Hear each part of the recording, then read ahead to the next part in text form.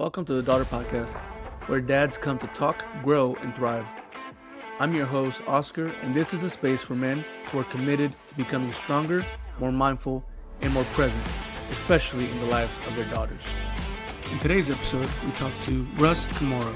He is the founder of Fathers with Daughters, FWD, out in Hawaii, and he is doing some amazing stuff out there, building a community of dads that is really working to be present in the lives of their daughters and really being intentional.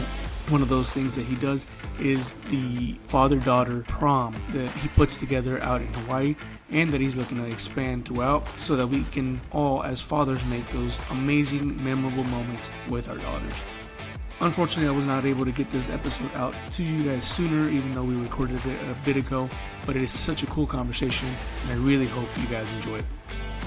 Hey everyone, welcome back to the Daughter Podcast. Oscar here, your local growing girl dad, and today I have a new friend of mine that I'm super excited to bring to you, Russ Kimura, and I hope I didn't murder your name, brother. Welcome to the podcast. I'm so excited for you to be here. Thanks, Oscar. Thanks for having me. Aloha from Hawaii. Yeah, from Hawaii. So as you all listen, just imagine you're driving to work wherever you are in the States, and Russ is out in the beautiful island of Oahu, looking at the beach. You know, I'm not trying to bring hate to him, but I got to tell you, I'm a little jealous. Hey, so someone's got to do it, right? God It's a tough job. Plot me out in the middle of the Pacific Ocean. So we're good. We'll take it.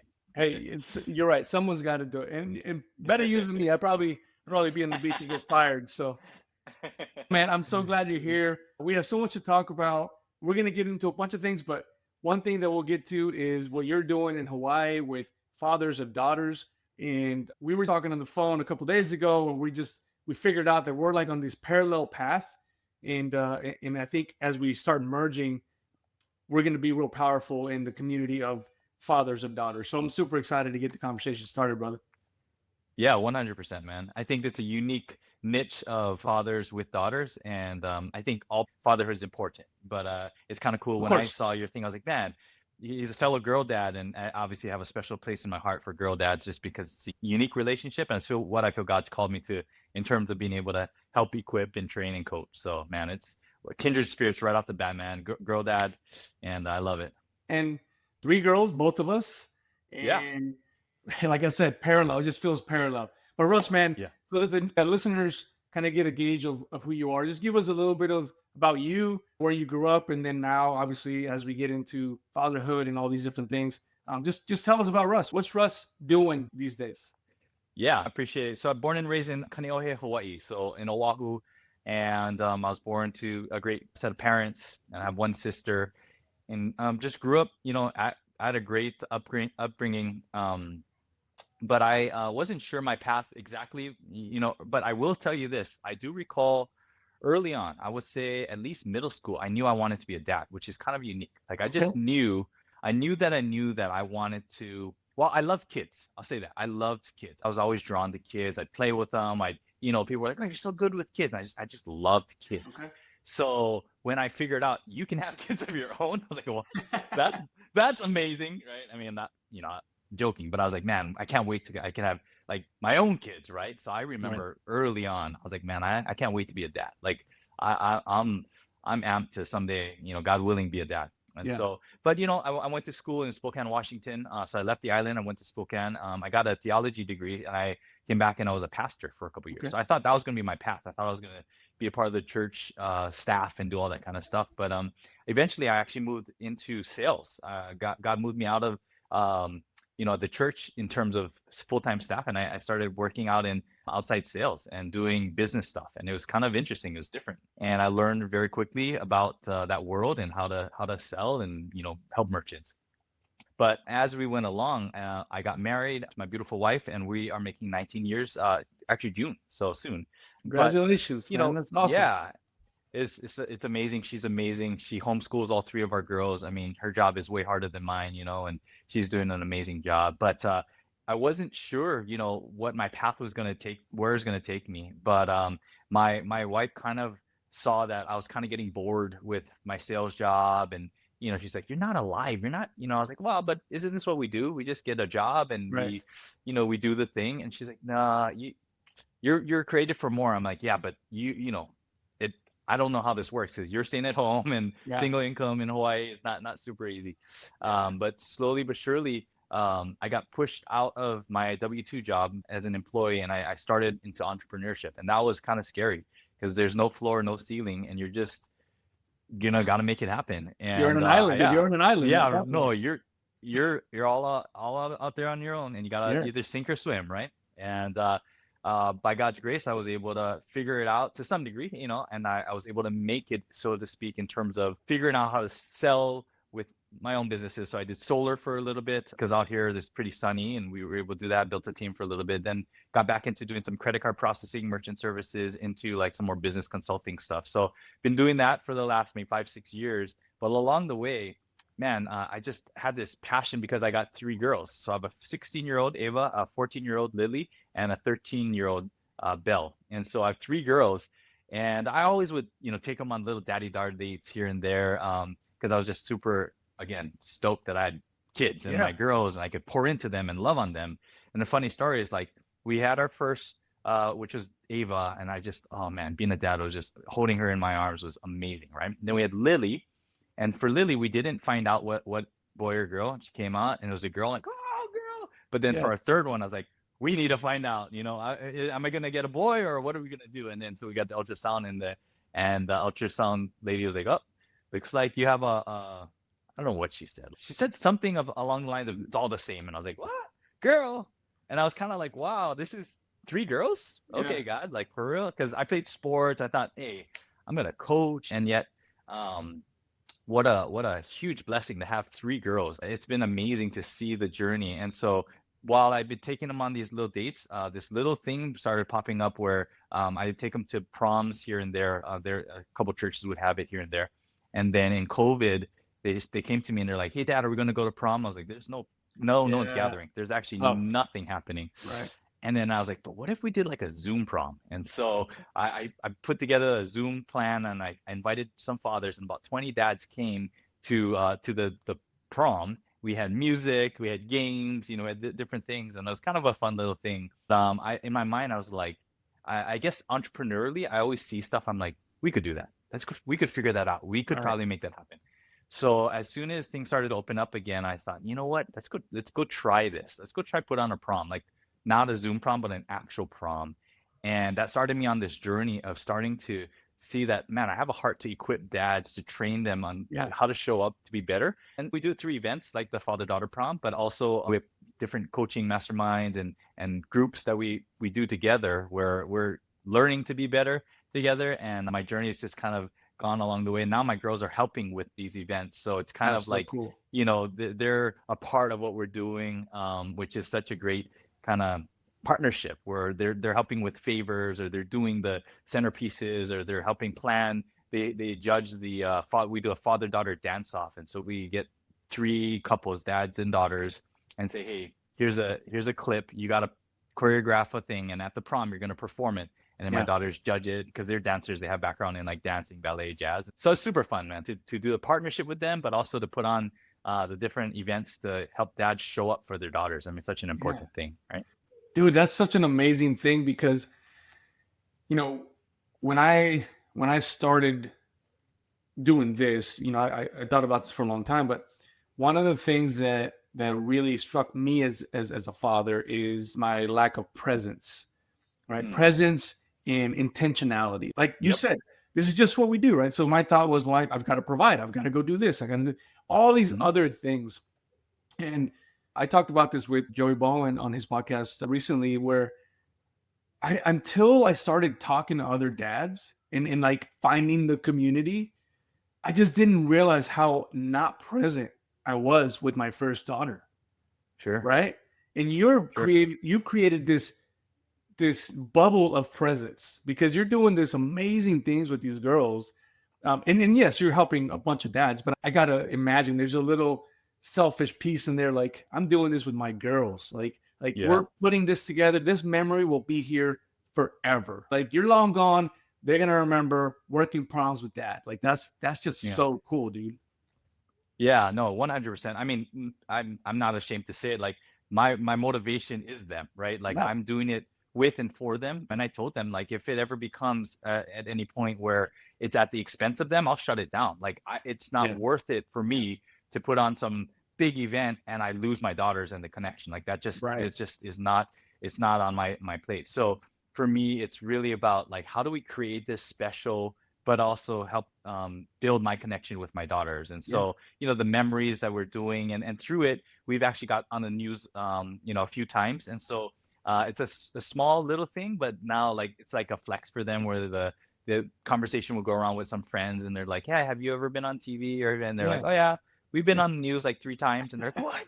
You've been on the news, Yeah. because we're sharing about the prom and us father-daughter stuff. And so it warms my heart to see them, and then it also challenges them to step up because they're actually on the news. They're speaking. So they gotta Right. articulate, right? They can't just be like, I don't know, just Right. right. Like if they're like asking you Yeah. something, like, so I'm also helping. For me, it's a great way to prepare them because at any point they're gonna have to go to a job interview. They might have to speak in front of their, the board of whatever, or they might have to do Yeah. certain things. And so their ability to confidently communicate is super important, right? But if they're like, hey, I've spoken in newsrooms, Yeah. I've been able to do this, so it's all preparation things, like as a father. But it's fun to do it, Oh and then yeah. it also shows them purpose. Like, hey, we're doing these things not just for ourselves, but we're helping other people. We're raising funds for Hoʻōla Nā Pua, which fights sex trafficking here in Hawaii. We're also putting on proms so that 400 dads and daughters can actually have this experience. So it's not Yeah. just about our dates, but it's also helping other dads have that opportunity. And so Yeah. I try to teach my girls these principles about generosity. Like our life is so much better when we give than when it's just all about us. And Yeah. so, yeah, it's hard at times where they're like, do we have to? I'm like, well, we don't have to, but we get to, and let's do this Yeah. together. Right. And so allowing them to like, it's not all perfect. They're not always like, yes, we want to help. And like, sometimes it's like pulling teeth that, Of course. but then they're like, yeah, hey, we'll chip in. We'll do it. I'm like, yeah, let's go. Yeah. So it's fun. Well, these things get hard, right? But showing them that hard things matter, Oh yeah. because the end of that hard thing is always something good, right? Yep. That's amazing. The other thing that I just keep going in my brain is, you go to school for theology, you're doing pastoral stuff, right? And through that, for whatever reason or path that the Lord has for you, like, you kind of leave that. I assume you haven't left the church, but you're just by the conversations we've had, of course.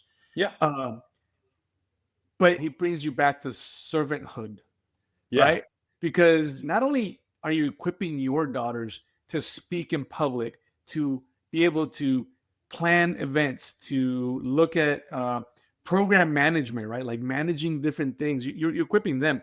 You're equipping yourself in the confidence that you get to build for your daughters, not necessarily for them, but how you see your daughters, right? Mhm. Because that's something that I think a lot of us struggle with. Like, hey, be careful. Hey, don't do that. Hey, I don't Of know if you're course. capable of doing that. And I have to assume that at some point they even surprise you in these processes, Oh, right? 100%. And I think that that's one of the challenges with parenting, right? Or fatherhood is we want to feel, whether it's feeding our ego, like we have all the answers and we're going to Yeah. feed it to you and tell you how and what. And hey, I know the plan. I got the wisdom. I'm going to share with you. Yeah, that's okay. Yeah. But part of fatherhood, I believe, is equipping them, giving them space to fail, allowing them to try things, to Yeah. develop. But if we're always kind of hovering and always, always giving them the answers, always kind of like, I think sometimes we have hero complex where we're like, I want to save you. Let me be the hero. You're in pain. I got you. You have a struggle. I got you. And it's Yeah. like, we feel like that's like a good thing as a dad, which there's definitely nothing wrong with that per se. Yeah. But if we always come to their rescue, they're never going to develop the strength they need when we're not there. And Right. so my thought is, as we equip dads, we want to help them find that balance between allowing them to struggle. It sucks seeing your daughter struggle. It's one It of the does. worst feelings when they're disappointed, they fail, or they have hardship. Like, you don't want that. You want to like alleviate it right away. Let's get Yeah. rid of that. Yeah. But if we shortcut that process for them, man, what injustice we're doing for them when they're grown and they're out there and they think dad's just gonna save me, right? Yeah. Like, Right. oh, I spent all my money, so dad, can you bail me out? Like, and if we just keep doing that, they'll never learn. They'll Yeah. just know, well, dad's always gonna be here, and then it puts dependence on us, and we become the hero, which might feel good, Yeah, but it's right. really not equipping them, in my opinion, for success, for them to be out on their own, ready to fly. You Right. go, I got your back, but you're equipped, right? So I think it's Yeah. equipping our daughters. Yet, how do we manage the pain that we see when they go out there and they put themselves out there and they fail and they're disappointed and they embarrassed? Man, like I never want you to feel that again. Let Yeah, me right. let me figure out a way to, and I think that that's a challenge for us as dads, is to be able to allow them to fail, but also encourage them to try hard things. Yeah. Because if they only do easy things and we only create an easy bubble for them, it's kind of like that whole environment they created where they put it. I don't know. I'm trying to think of it's like a dome, and they had this whole environment and the trees and everything, and it grew really fast, but then they started toppling over. I don't know if you heard Mm. about that experiment, and it was Mm-mm. because they There was realized no it was roots. because there was no roots, because there was no wind, and it was a Yeah. perfect environment. And all of a sudden, it grew really high, and then boom, they just started falling. They're like, "What's going on here?" And so, as fathers, sometimes we want to create that dome for them, where like, "Oh, it's Yeah. perfect and it's awesome, and you have this awesome existence, and Dad's here, and we love you." But the last thing we want is them to topple when they step outside and they haven't met resistance and they haven't Right. grown deep down roots. So it's Yeah. that balance as fathers. How do we grow roots with our daughters, which means resistance, which means Yeah. them having to fight against certain things, but at the same time, we don't want to just be like, again, absent, or fathers who aren't present, like, you go figure it out, and they're just getting whacked back and Right. forth. We're like, Right. no, no, no. Like, it's that balance, right? But I think we sometimes overcorrect to save them too much. And it's Yeah. like, how do we help them do hard things so that they can be prepared, so they're ready to go after it when they're Yeah. challenged with things. Yeah. When inevitably the world comes after them, right? That's really what it Exactly. Oh is. yeah. It's Yep. it's not easy. So Nope. yeah, you're absolutely right. And one of the hardest things I've had to do was like seeing my daughter really disappointed. Like I can't even tell you exactly what it was at this point, but I remember where I was like, "There's really nothing I can say here. I can't really fix anything." I think it was like a team. She didn't make a team. Right? She Mhm. went to try out. We encouraged Sure. her, and I think that's what it was. And one of the hardest things I had to do was like, as I'm hugging her, tell her, "Hey, this won't be the first time this happens. Like Mm. this feeling, unfortunately, will not be the first time. But you just have to get up, pick yourself up, and move forward, right?" Yeah. And that just it was one of the hardest things I had to do, because you and I know that's so true. Like it's not the first time or the last Right. time that you're going to be disappointed, hurt, bummed out, what have you. It's not. Yep. Yeah. And what are we creating in them? Like, what are we teaching them? Right. Because like you said, it's not the last time they're gonna face disappointment. But as parents or as fathers, if what we automatically go to ease because it's uncomfortable and Yeah. it's really, really painful for us to Yeah. see that. If we just go to excuses, well, you know what though, that coach, he didn't know what he Yeah. was doing. We blame, we put excuses. Well, you'll make the next one. Those Yep. guys don't know what they're doing, right? And then we just almost excuse it. Then they grow up thinking anytime something bad happened, I'm just looking for someone to blame, rather than, hey, own it. Like, that sucks, that hurts. Yeah. We're gonna work through this, and but we're gonna go after the next one, rather than just blaming. You know what though? They just don't see what I see. You're better than Yeah. that, right? And we just downplay it, and then we're training them to Dangerous. It's look a for the slippery blame. slope. Yeah, it's a slippery Yeah, slope. Absolutely. yeah, yeah. Yeah, But we it's actually, that tempting. remind me, we had this incident. We're absolutely the minority where we live. Haven't had any issues, but we had an Mhm. incident where something similar came up, and I think her friends, in an effort to support and make her feel better, was like, I think it's because of your race, right? And so she came home and she said that out loud, and I was like, Mm. man, listen, it may be or it may not be. You Right. cannot control that. Yeah. We're not going to go place blame on any little thing. Like, you're just going to do what you can control. Next time, work harder before the trial. Do this before this, because you can't control these. Right. Even that, like, you can't control someone's heart, someone's thought Mhm. towards you, someone's prejudice. You can't do that. As Right. much as we'd like to just be like, oh, well, that's just wrong. Sure. But Sure. you can't control that, right? And so Right. you're absolutely right. That's such a valid point that I think I may have been a victim of that as well, of saying like, oh, well, they don't see what I see. But it's really important to bring reality, to be like, Mm-hmm. hey, this is not the last time you're going to feel this. And Sure. this is the other thing that I told her.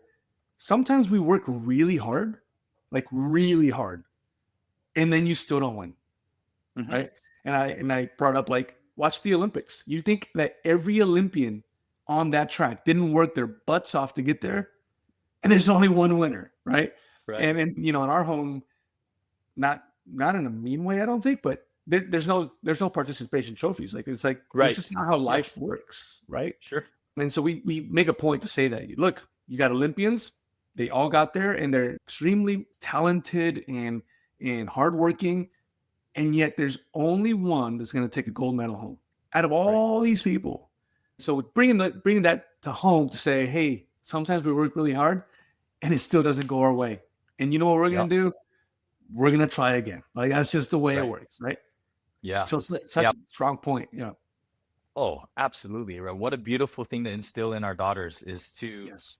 teach them that control the controllables. What can you control? You can control your hard work. You can't control the results per se. You might have the illusion that you can control the results, but ultimately, I mean, in some way, if you feel like you worked your butt off and you can control winning, maybe, but really, not really, because something else could go wrong. So what you can control is the process, your preparation, your mindset, your work ethic. And if you take that into everything you do, hey, you're going to win some, you're going to lose some, but rather focus on that rather than like, how do I win every time? Well, if you do that, then you can get into how do I cheat my way to winning? And what are we're rewarding the end product, not the process, right? And we know it. It's 100%. all about how do we reward the process, but that's hard. It's so much nicer to look at the trophy, look at the medal, and like, let's go after that, right? Look at this person. They won like 4 gold medals. That's who you want to be. And then we praise the end result when really we should be praising the process. We should be praising the work. the things that the work. Hey, put in the work, and this is what you get, right? And or maybe not get, but either way, you put in the work, and that's praiseworthy. And I wanna affirm you in your hard work. And I've started to see that in my oldest daughter, where I explain my and not that because I did this, she does this. I think she just has it in her as a hard worker. But she went after a job as a busser at a pretty nice restaurant out by our house, and she got the job, which is cool. And then she just started going, and then she started getting praised because she goes, Dad, the other people, like, they just kind of saunter around and walk around. And I told her, yeah, you just bust your butt. You just go and you just go hard, because that's what you do, right? And so, like, everyone we met at the restaurant was like, oh my gosh, your daughter's amazing. She works so hard. I'm like, that's just who she is. And then she left that restaurant, went to another one, same thing. They're like, she's the best worker. Yeah, because she's learned just work ethic, which is really cool. And then she's getting benefit from it. But Of course, at the end of the day, having her just know, okay, hey, there's some benefit to working hard. There's some benefit to putting in the work. And I'm glad that at least you get to see, versus it getting spoon-fed to you, right? And if we just try to protect them and get them in, it's just like, man, we're, again, creating that big dome, and they're someday going to face resistance, and boom, boom, right away. And that's not, as a father, I feel we fail as fathers if that happens, where we didn't prepare them, because we're just trying to protect them from hardship, which we can't ever. It's the feel-good words, right? Like, it's easy to just give them feel-good words, but that doesn't help. And to your point too, we do this at our home. Like, we'll go, at the end of a season, we'll go and celebrate, and they're like, but we didn't win. I'm like, I'm not celebrating the wins. You've done an entire season of work. Let's go celebrate that. And hard work will absolutely bring your odds of winning up. Right? Maybe you don't get it, but your odds would be better, right? If you're a betting person, your odds are going to be better. And it's also, I mean, outworking people. There's like maybe it's just me, but there's something to be gained from that, right?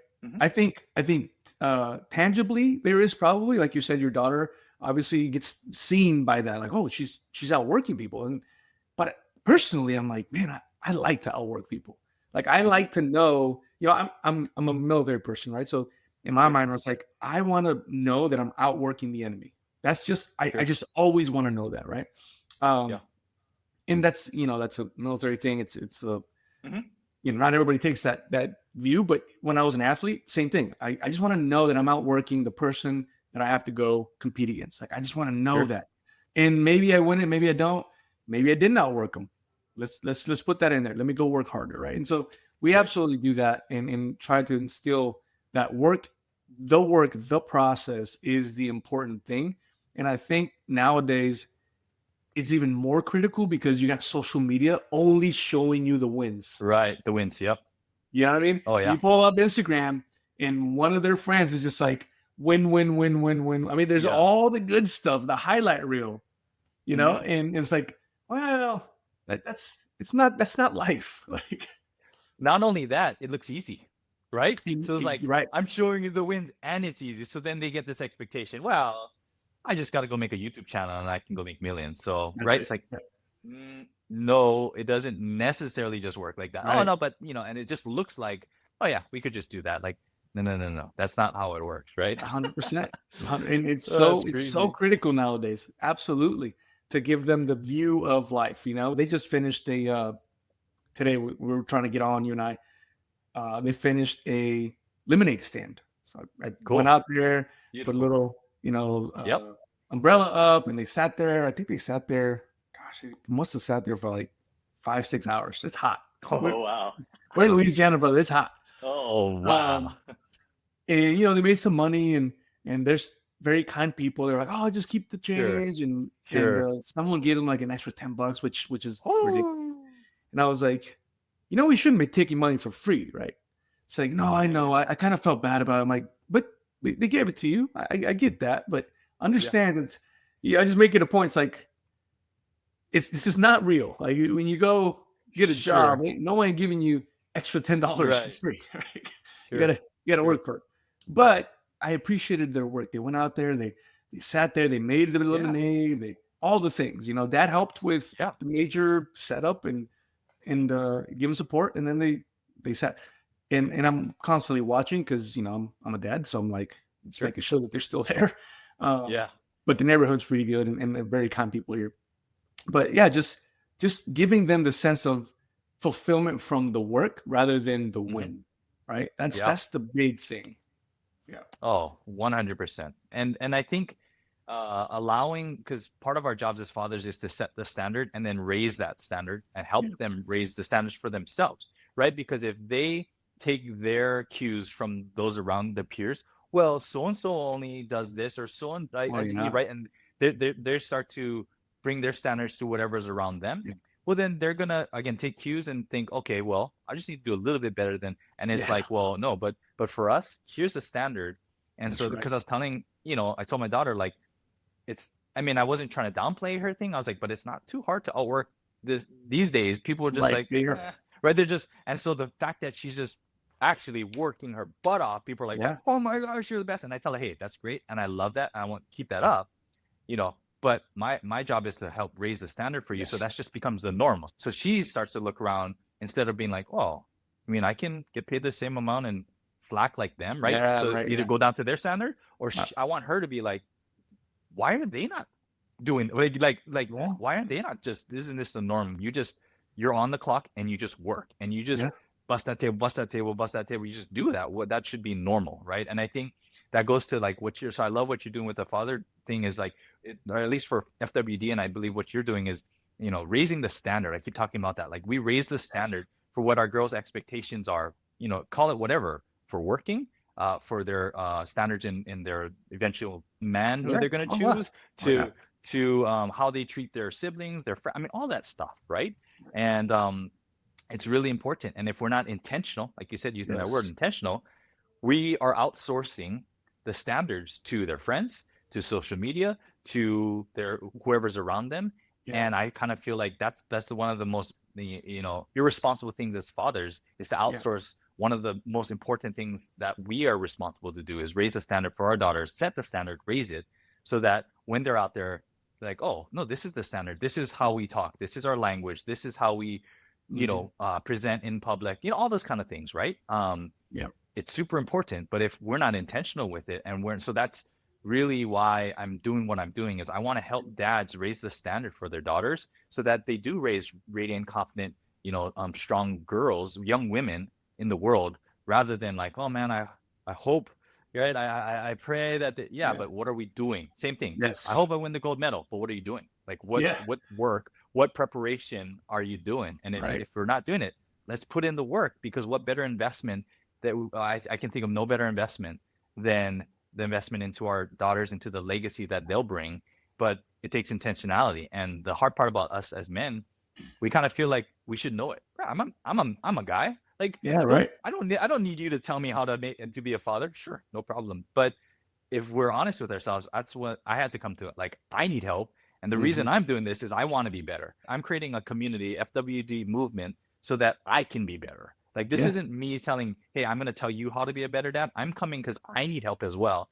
And you're going to make me better. When I see you stepping up, it's going to help me be reminded, oh, I need to be more present. I need to circle back. I need to listen a little bit more. I need to be intentional with the way that I, parent and ask questions. Because if not, the standards of dad could be low. And I want to raise the standards for us as dads. Oh, that guy's doing that? Okay. Yeah, that's a standard where I don't let things slide, where I blew up, I lost my temper, but I just let it slide. And I just kind of brush it under and just, I'm the dad, don't worry about it, right? No. Like, one of the things we have in our girl dad huddles that we talk about is the circle back principle. It's like, look, you don't have to be perfect, but if you're present, you will circle back. Case in point, right? I just, a long day, lose it or whatever, right? I was not perfect, definitely not in that situation. And whether it's 2 hours from now or the day after, it's circling back and saying, hey, girls, I want you to know. I mean, this is a real life. This happens. I do this. I go and then I say, hey, I want to, in front of your mom, I want to apologize, because the way dad talked to mom, or actually, and I say, I want to apologize in front of you. And I go directly to my wife and say, honey, the way I talked to you, that wasn't okay. And I'm sorry. Will you please forgive me? Right. And it's in front of the girls. So I'm circling back and letting them know, like, look, I'm not perfect, but that's not okay. The way I talked to her, I don't care if I was tired and stressed out. It doesn't excuse my behavior. So rather than just like, macho, I'm cool, like whatever, like, no, I'm going to circle back. I'm going to let you know that wasn't okay. And I'm going to work on that. And I apologize. I'm going to work on that.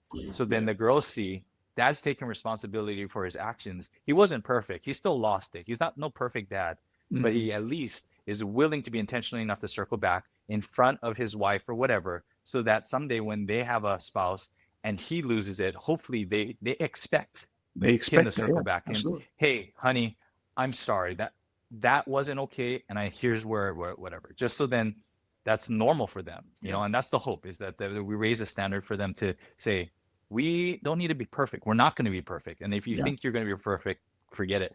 But we circle back. We're intentional. Then we're teaching them each moment is that if we're intentional with that, they're going to grow up realizing, okay, that's how men handle conflict and situations. That's how men handle when they lost it. They come back and they say, you know what? I need to be better, and I will be better, and I'm sorry for that. Even just apologizing as men can be hard. So, but doing it in front of your family, man, it's such a powerful thing where I sense the tension drop in the home, because I raise the tension by like, and there's all this kind of chaos. Right. And can you imagine that just kind of slowly lingering, never getting addressed? And then the next one, right? And it's just around, and you wonder why there's such disconnection, dysfunction within families, is maybe we never deal with the chaos. But I believe when you humble yourself and you come back to someone and say, hey, look, I'm sorry. It almost just, I can see it in my girl's face. Like, there's almost like this, like, oh, okay. And it's like, man, I wasn't cool that I lost it, but at least I was able to circle back. And I feel like the level of chaos dropped because I was able to make right, So I asked them, hey, did you make right with your sister? I will. Okay, good. Just make sure you make right, because is that still lingering out there? Close the loop, circle back. What do you need to do? And so it's important. Yeah, man. I don't think I've ever felt as human as when my daughters came. Right. I think I talked about this a while ago. Just holding my first daughter. Like, I've never been afraid of death. I became very afraid, very human, and afraid of not being there. Sure. Like, not death itself, like, it's like one of the first two things that people are afraid of is like death and like public speaking or something. Sure. But the feeling, like I felt very vulnerable and human there because I was like, what if I'm not here? Like, what if I'm not? And the reason I say that is because what you're doing with what you just said is showing them that it's okay to be human, right? Because your daughters inevitably, especially the little ones, you are on a pedestal. Sure. Daddy's a superhero. He can, Yeah. he's strong and all these things. He protects me. And I think it's important for them to know, like, yes, that is what I want to do, but also I'm human and I screw up. Let me tell you. And one thing that and this is literally through the podcast, just learning from people on the podcast. One thing I've been trying to be very intentional with is my words, even when I lose it. Like, not to say you just made me mad, because every time I circle back, I make it a point to say, hey, you're not responsible for my reaction. So like my emotions and my reactions are not your responsibility. Right. And so by using the correct words, and it's hard because, as you mentioned, like, we're human. And sometimes it's been a long day, you're tired, what have you. It's all the things close in on you, and then it happens, right? But just ensuring that I say, I'm mad right now. I don't want to talk about this, right? Not you made me mad, or because of you this, because of you that. Sure. Because ultimately, kids are kids. And that's something that I just continue to learn. Like, I try to think back in my childhood. I'm like, man, my parents could have like legit killed me. I was just a little butthead, right? But kids are kids. And it just, as you mentioned, that's not something we can potentially control, but we can control how we react to those kids. And so I want to be very intentional about how I do that to my daughters, right? Hey, listen, I want to apologize to you for my reaction. And there's been times where I'm like, I'm not apologizing for what I said to you.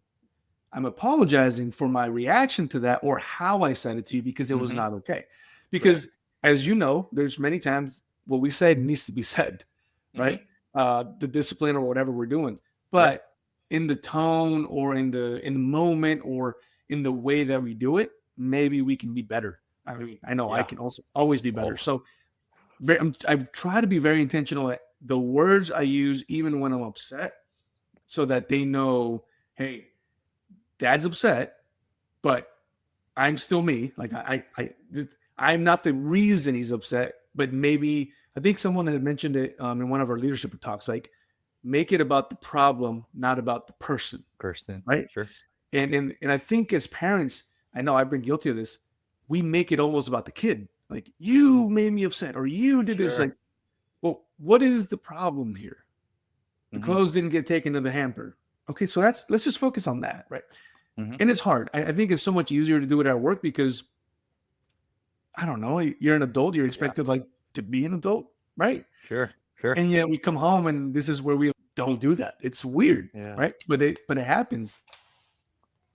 It's such a weird disconnect, what you just said there, where we can, and it's not that we're trying to be two-faced, we can be one way at work, and then we come home and maybe it's the comfortability, we're just at home, maybe it's our guards down, maybe we're tired, I don't know. Again, I'm not trying to make excuses, because that's very what we're talking about. We don't want to blame, well, I just had a long day at work, so it's okay. But I'm just highlighting the fact that it's such an interesting dynamic where in our minds, and so part of my coaching is like helping dads who feel like they're winning in the boardroom but losing at home. Okay, why? What is it? I mean, you can put intentionality and scale a business, you 6-figure or 7-figure business. Great. So I guarantee you have some skill set that can translate. Why not translate some of those things into your home and be intentional with that, right? But one of the things I think about is that some of the stuff don't translate. This is interesting. Some of the things don't translate at home. And what I mean by that is I get praised in the boardroom for being a great problem solver. Like, wow, how did you come up with that solution? Like, we have a problem and I solved it. I brought it, right? And then my girls come to me with a problem. What do I do? Well, hey, what we could do is, and then they're like, Dad, I don't want you to solve. I'm like, what? Well, I got praised in the boardroom for solving that. Why? I'm good at this. Hey, let me handle this. I'm going to solve your problem. They don't want me to solve it. And I'm thinking in my mind, why would you even share that with me if you don't want me to solve it? I can't even comprehend why you would even share that if you didn't want, right? And so one thing I talk to the dads about, and I constantly remind myself, is ask this question. Hey, do you want me to just listen to you, or do you want me to give my opinion, or give some suggestions? Yeah. And then from there, it's like, because if they think, hey, dad really could help me, they'll say, hey, could I hear some of your suggestions? Yeah. Half Yeah. or more of the time, it's like, I just want you to listen. Really? It's hard. Really? Just listen? Are you sure you don't want me to give you some? Especially if you can see it clearly. Like, if you just did this and this, I think that would solve it, right? And it almost feels irresponsible as fathers. If we know the solution, why wouldn't we give it to them? I mean, that's almost like, yeah, irresponsible. Well, what I'm finding as far as like connection wise, it actually does the reverse, because it they want us just to listen in that moment. Now, as fathers, we have a responsibility, depending on the situation and problem, either let them learn, or if it's really, severe, the consequence, we probably should say something. You know what I'm saying? At some point. Right. But initially, our first reaction shouldn't be to solve it, which is really hard, especially if that's what we get praised for at work. You're such a great problem solver. Right.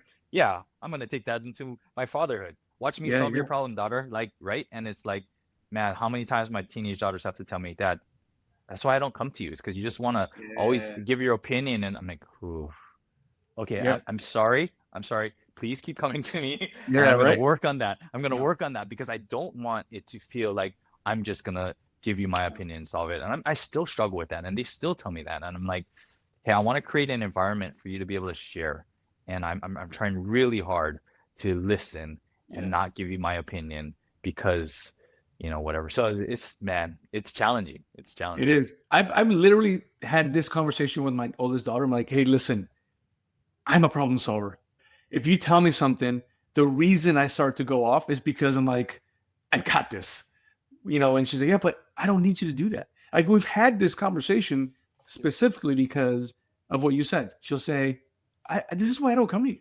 Yeah. I'm like, but why? I'm really good at this. It doesn't translate. So you're absolutely right. It's something that I guess I didn't really think about the other way, where it should not translate to work or to home, because we should let them solve things, right? And hopefully we build that relationship to where if they do need the help, then you're there, right? To do that. But let me do this real quick, because I want to get into the FWD. But I do want to capture just like your feeling, your thoughts when you learn you have your first daughter coming, because something that you and I do not share is that I thought I would have kids like if you asked me in high school, I'd be like, nah, I like 40. I will do 40, right? Sure. Obviously not understanding that, the female body doesn't do very well if you have kids at 40, right? It's not a good idea. So just talk to me through that. Right? Like you're probably still in school, Spokane, which by the way, I love Spokane. We spent over 4 years there, and just like my favorites. So did you have your daughter while you were at school? Or no? So I was at the church, and we had been married for a couple years, or we had her when we were married just 2 years or so. So we were fairly newly married, but we knew we wanted to have kids. And the cool thing, actually, and my wife is an amazing mom. She knew she wanted to be a mother early on too, which is kind of a interesting thing. So for both of us, it was kind of a surreal moment where in our hearts we knew that we were created to have kids someday and to have our own. But I remember driving home, and it was like the most like. I knew my daughter literally was in the back seat, in the car seat with my wife, and I'm thinking, I have the most precious cargo. Like I was like trying to go so slow over like little, like I just didn't want to like bump anything. I was like, I gotta be so like attentive, and like I remember my mindset in that moment was like, I have the most precious gift in my car, and I just got to be so careful driving, and every little bump, and it was just like, man, this is such a gift and responsibility and a blessing that I have my child in the back seat of this car. And I'm like, and I think maybe in that moment was maybe part of the beginning of the weight of feeling like, hey, this is your responsibility to Big make deal. sure you don't take care. And Yeah. so I was excited. I know that I was excited. I couldn't wait to be a father, but also again, there's no playbook, and that's what I will hope to change. Is like not that there's a full playbook, but I want to help dads be able to feel more confident of like, okay, I know there's a place I Yeah. can go to learn a little bit, to learn with other dads of different things. Because man, without it, it feels like, what are we doing? Like, Yeah. what's the next step, right? Like, and people don't really even talk about marriage. Like, well, how does this impact your marriage? Like, Yeah. does it become like all you do is focus on your kid, and then your marriage gets Mhm. trashed? All of those little dynamics. But as a father, I remember holding her. My girls are asking, did you cry? Did you cry? I'm like, I don't really remember if I Yeah. cried, Right. but I remember it took my breath away. I remember thinking, oh my gosh, I'm a Yeah. daughter. Like, I'm a dad. Like, Yeah. this is unreal. It's nuts because you just said it. I don't think I ever thought of like looking for a place. One, I don't think I was as present. I know I wasn't as present as you were as far as one, wanting to have a kid. Not that I didn't. I just never really processed that. Like, oh yeah, I do or I don't. Like, we just didn't. We Mhm, waited. mhm, We got married real young, so we waited 8.5 years before mm, our first daughter got to us. uh-huh. So it was just my wife and I just like ride or die. As Yeah, we started moving out of the state with military, and we just kind of started living right. So I also don't think I was like in the mindset of I need to go find answers. I I was, but I wasn't in what you're saying, and maybe because this is 2012, so maybe because I wasn't into podcasts. I don't know. Like mhm, it mhm, wasn't readily available, maybe.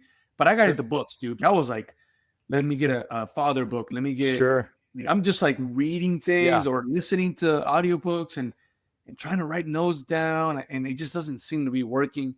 And I think for me, it's because I'm tactile. Like I have to do right, sure, but also I learn from others being tactile. So it's like if you have the experience, then why not talk to you about that, right? yeah, yeah, And there's a couple of factors here. As men, we don't tend to talk to men. We just mhm, that's not what I mean. I know I grew up that way. sure, Uh, and two, um, we never searched for it, or maybe it wasn't there. And we yeah, always talk about you always fall back to your lowest level of training. So right, if we don't go and allow ourselves to, if we don't take our ego out of the way and allow ourselves to start learning, you'll survive. I mean, you'll mhm, be a parent. sure, Um, and not that like I don't blame my dad for anything that he did or he didn't do.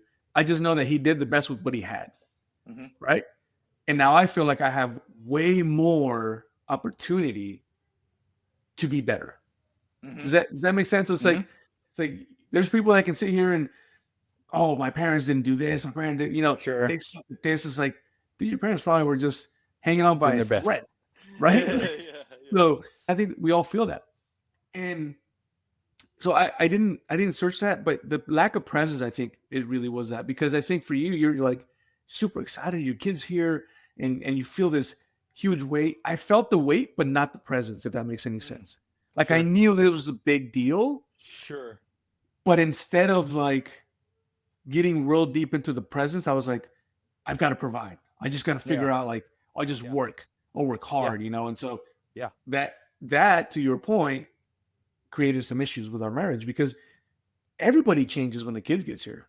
of course, Your yeah, wife is a different. I mean, she just made a yeah, human, brother. Like she's a right, different yeah, person, yeah, right? yeah, yeah, You have to become a different person because you now have this yeah, weight to carry, and even the family around you relatively changes. And yeah, you're seeing differently. You have mhm, you're a parent now.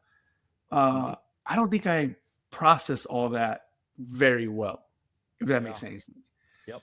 So tell me, when in your journey as a father of your daughters, when did you get to the point where you're like, I need to create a community? I need to reach out to community. Because for me, it wasn't until shoot, man, like I think I think 2020 until my third one got here, and I was really present. It's COVID, so we're all home, and we call her our COVID baby just because she was.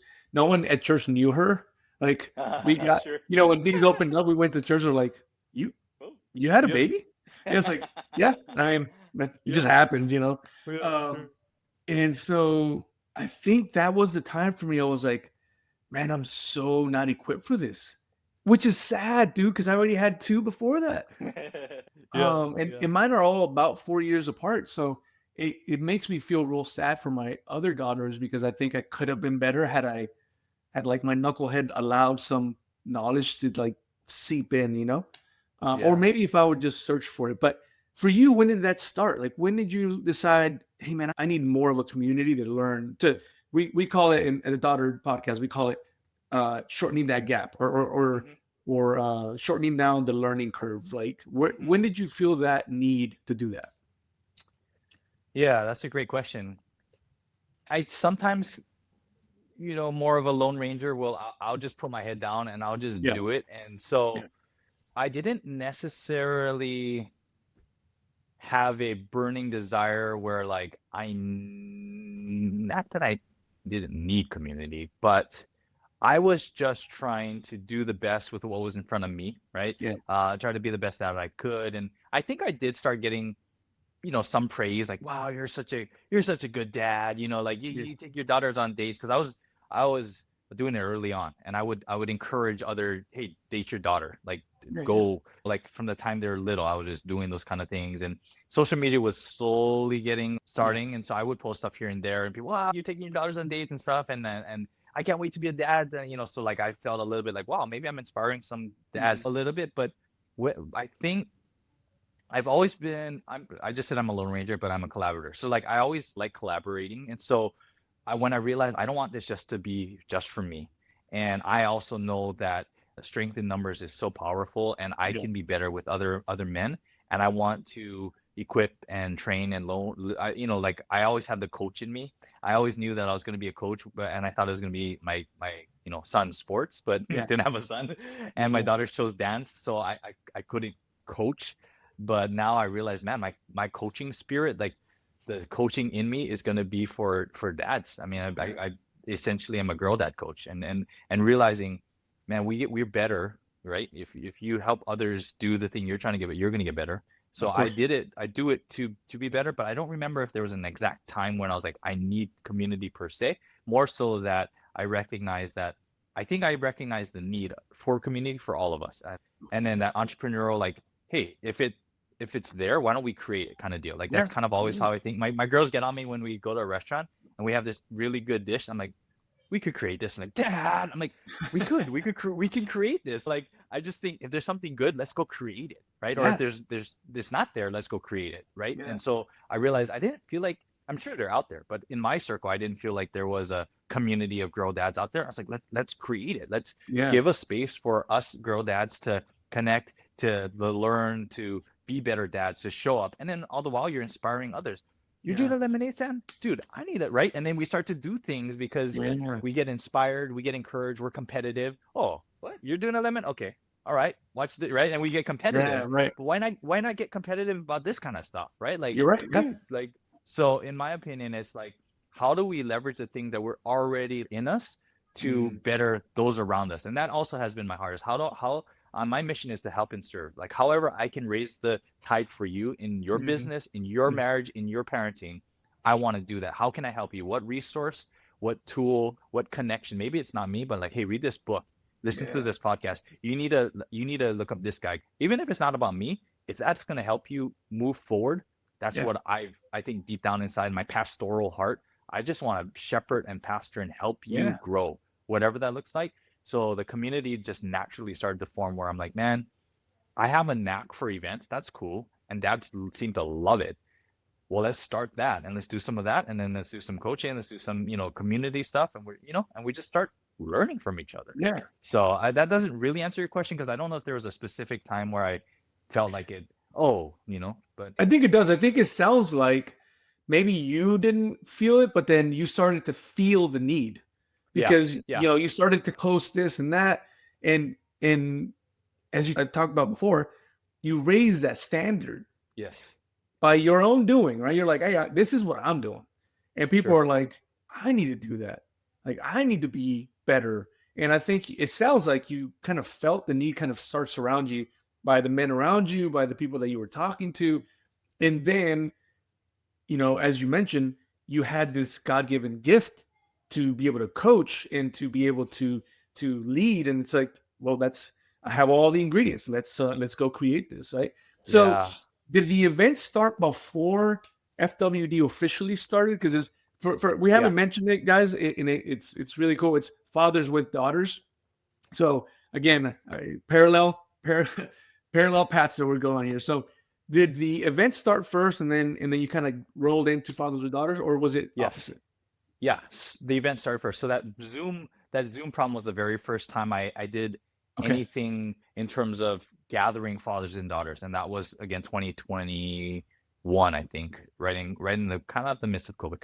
And then I did that, and that was it. And then 2023 is when I did the first in-person prom at our church, and Okay. that was awesome. And I do remember a moment there where I was hosting this thing. I put in a lot of work.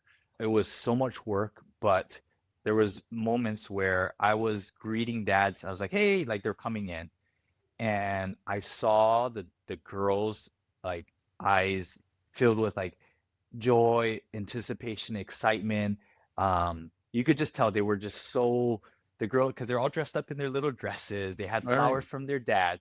The dad had dressed up, and the dad's a little nervous because Of it's course. a Of it's a course. prom and not sure he's dressing up. And but when I saw the daughter's face and the dad's face, dad a little bit nervous, daughter super excited. I couldn't tell you what that did inside of me, but it sparked something in me like that. More of that. You can create more of that for more Mm. dads.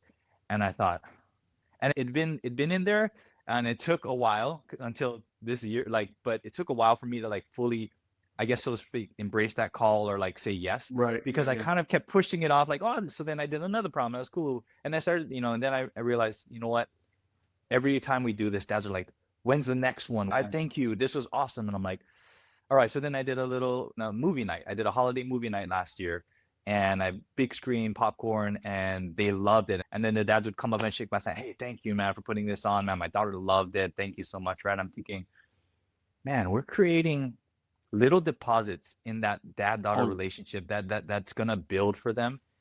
And that's when the coach, the entrepreneur, everything inside of me. And so I kept getting pushed to build something in my spirit, like build something. And so that's when FWD got birthed. And then it starts to take shape, FWD movement, forward movement. Like, I'm like, what? This is like totally like moving forward. How do we help dads move yeah. forward with their daughters? And then it just starts. So then, using language like the league, FW league, where, the guys can join in and have like challenges and different things. And then the locker room is more of the mastermind stuff. And then, Yeah. Yeah. launching more one-on-one coaching. Right.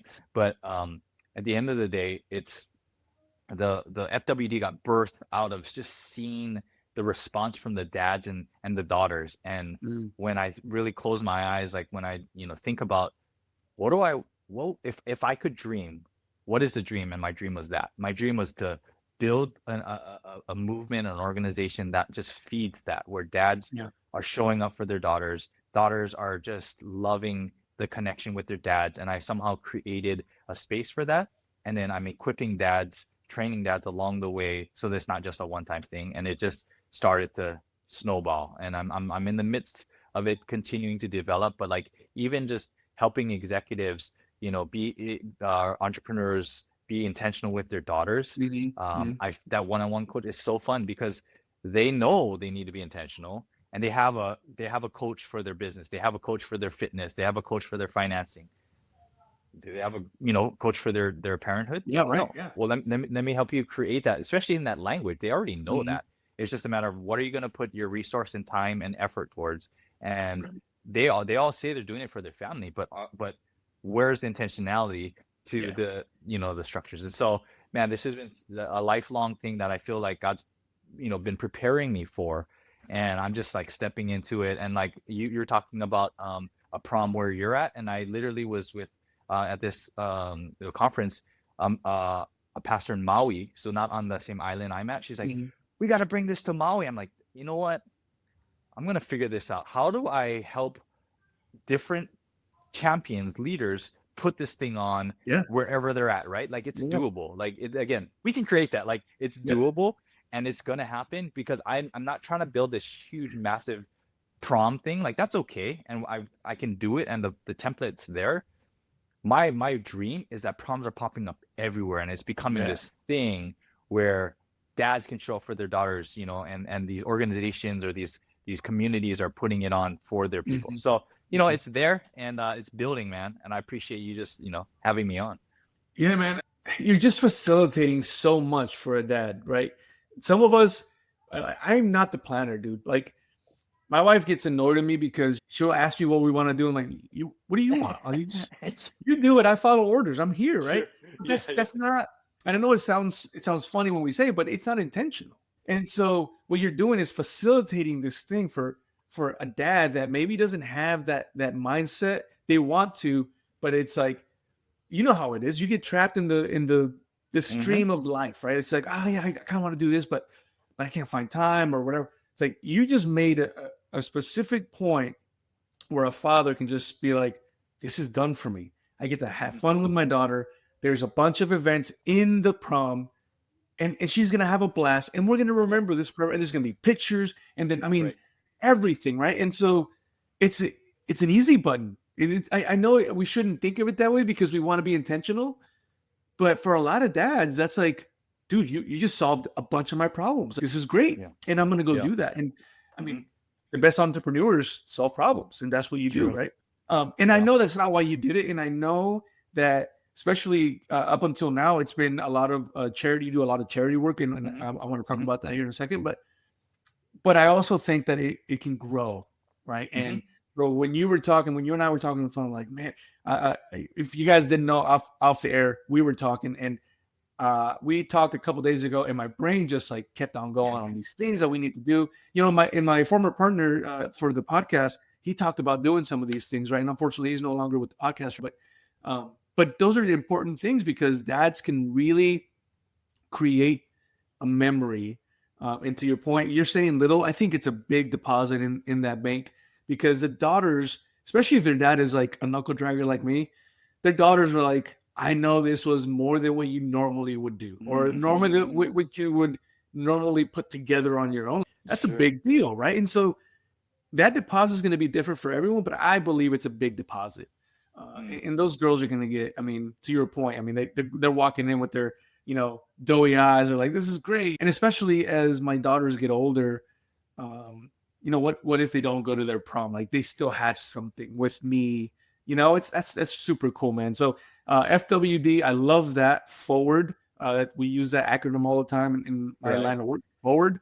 And that's really, again, looking at these parallel paths, man, like that's what we want to do. Move dads forward Yes, sir. 1% better every day. What Yep. are we doing Yes. to be better, not just with our daughters, with our wives, because that's Mhm. so crucial, right? Yep. So that our daughters see what we create with our wives, and just moving us forward, brother. Like you are doing amazing work, dude. So let's get into that. Let's talk about FWD, right? You also have your sessions, so just give me some of that information.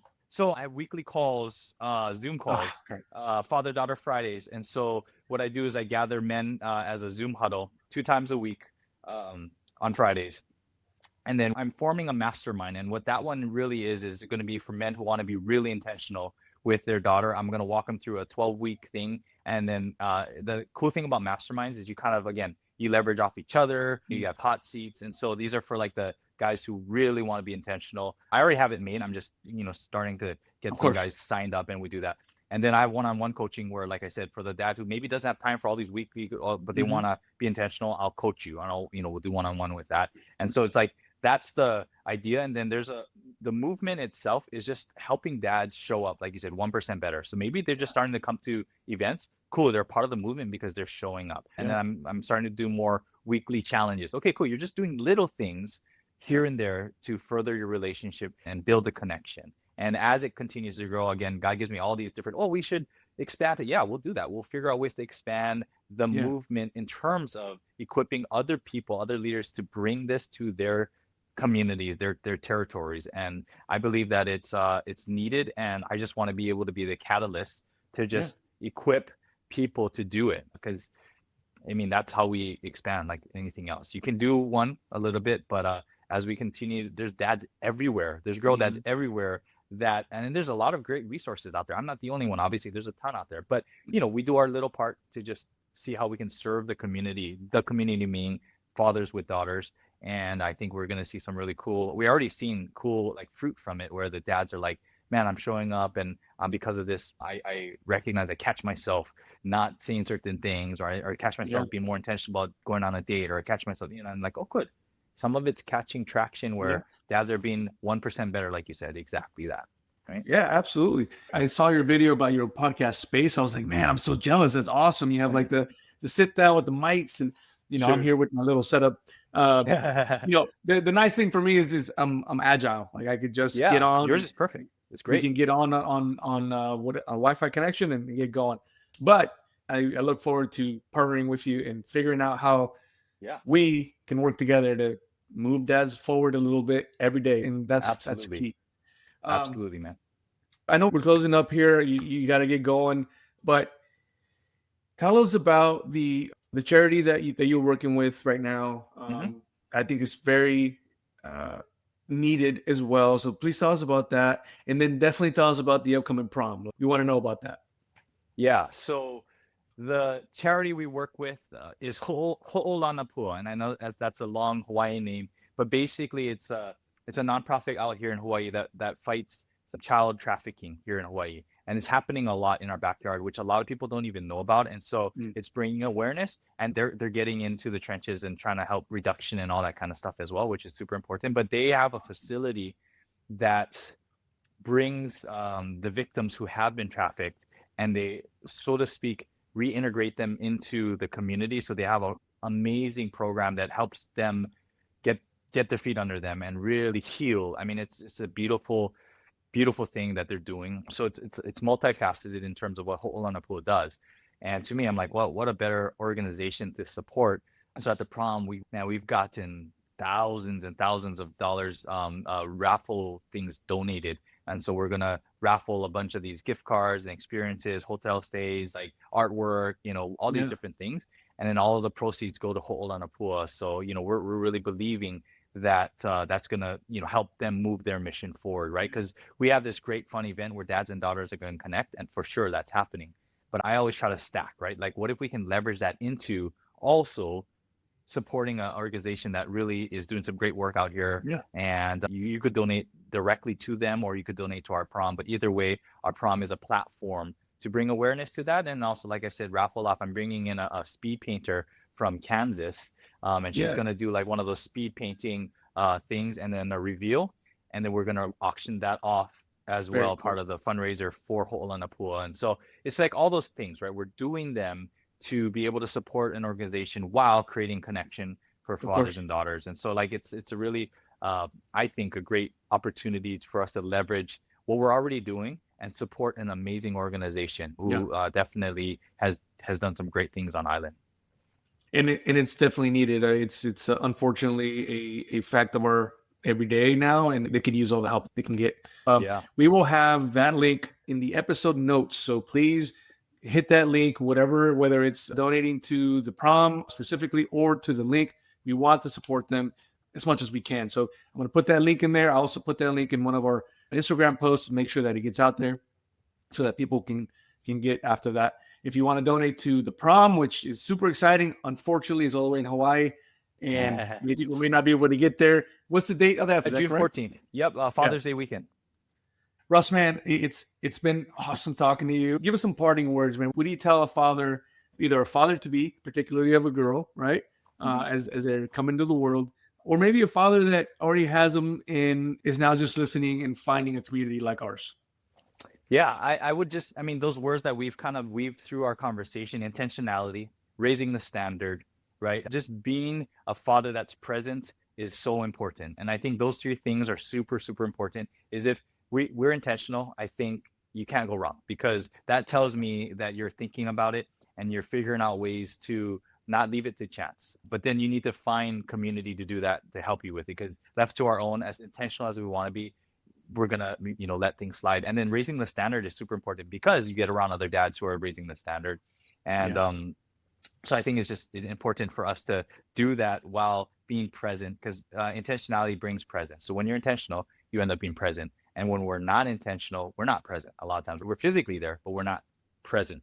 But the other thing is, I always talk about like presence over perfection. You don't have to be perfect. So I want to encourage dads out there as well. You don't have to be perfect. In fact, we're not obviously going to be perfect, but what we can be is present, and what we can be is intentional. And if we do that, we're raising the standards. We're going to raise radiant, strong, confident girls. And I just appreciate the work you're doing. I'm so glad that we got connected. I look forward to what we're going to be doing in the future together. Who knows? But I'm speaking it into existence. We're going to have a father-daughter prom out there your way. Is it Tennessee? I'm in Louisiana, but Louisiana. Remember, we go everywhere, so it don't matter. Yeah. We'll make it happen. Louisiana, yeah, we'll make it happen. So I'm excited for that, though. Yeah, man. Thank you for having me. I appreciate it. No, man, it's been a pleasure. I suspect and I hope and pray that this is not the first and only time that we get on the podcast and spit some information or some pontification out. So I hope that we can redo this soon. Yeah, you got it, brother. All right, thank you, Russ. And for you guys, remember to be a strong, present, and mindful father. Thank you all for listening. We'll see you on. Aloha. Thank you for listening. Hope you enjoyed that episode. If you want more of the Daughter Podcast, please go to www.daughterpodcast.com. There, you'll be able to find the podcast in all the platforms. You'll also be able to chat with us, send us your thoughts, and shout out a dad that is killing it and someone we can learn from, share their story and why they deserve recognition. And I would love to shout them out during the show in one of our episodes as the season goes on. Additionally, you will be able to find all of our social media information from our Instagram, Facebook, and also our YouTube, and any other news on this site. Thank you all for your constant support and for listening and watching the Daughter Podcast.